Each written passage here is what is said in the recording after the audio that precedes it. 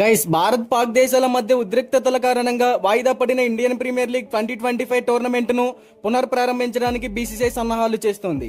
IPL ను తిరిగి ప్రారంభించేందుకు బోర్డు సిద్ధమవుతోంది. కేంద్ర ప్రభుత్వం నుంచి అనుమతి వచ్చిన వెంటనే ఈ నెల 16 నుంచి ఐపీఎల్ మ్యాచ్లు మళ్లీ ప్రారంభమయ్యే అవకాశం ఉంది. టోర్నమెంట్లోని మిగిలిన మ్యాచ్లకు సంబంధించిన కొత్త షెడ్యూల్ ను త్వరలో విడుదల చేస్తామని బీసీసీఐ చెబుతోంది. ఐపీఎల్ పునఃప్రారంభమవుతున్న వేళ ఆర్సీబీకి భారీ షాక్ తగిలే అవకాశాలున్నాయి. ఆ జట్టు స్టార్ బౌలర్ హేజిల్వుడ్ గాయం కారణంగా ఐపీఎల్ లో మిగిలిన మ్యాచ్ జట్టుకు దూరంగా కానున్నట్లు తెలుస్తోంది. ఈ సీజన్ లో రాయల్ ఛాలెంజర్స్ బెంగళూరు జట్టుకు అతిపెద్ద బలం అని నిరూపించుకున్న జోష్ హేజిల్వుడ్ మిగిలిన మ్యాచ్లకు ఆడడం కష్టమే. హేజిల్వుడ్ భుజం గాయంతో బాధపడుతున్నాడు. రాబోయే మ్యాచ్లలో పాల్గొనడానికి భారత్ కు వచ్చే సూచనలు కనిపించడం లేదు. ఈ సీజన్ లో అత్యధిక వికెట్లు తీసిన బౌలర్ల జాబితాలో హేజిల్వుడ్ 3వ స్థానంలో ఉన్నాడు. హేజిల్వుడ్ 18 వికెట్లు పడగొట్టాడు.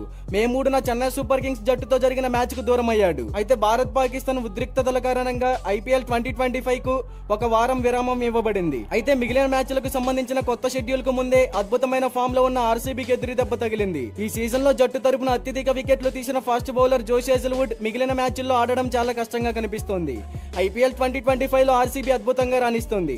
ఈ సీజన్ లో ఆ జట్టు ఇప్పటి వరకు మొత్తం 11 మ్యాచ్లు ఆడగా అందులో రాయల్ ఛాలెంజర్స్ బెంగళూరు 8 మ్యాచ్ల్లో గెలిచింది.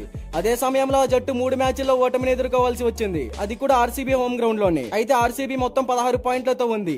ప్లే ఆఫ్స్ టికెట్ దక్కించుకోవాలంటే ఆర్సీబీకి ఒక్క విజయం అవసరం. రజత్ పడిడర్ నాయకత్వంలో జట్టు ఆటగాళ్లు చాలా బాగా రాణించారు.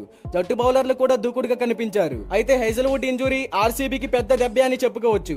మరి దీనిపై క్రికెట్ ఫ్యాన్స్ గా మీరేమంటారో కామెంట్ చేయండి. ఇలాంటి క్రికెట్ అప్డేట్స్ కోసం మన ఛానల్ ని సబ్స్క్రైబ్ చేసుకోండి.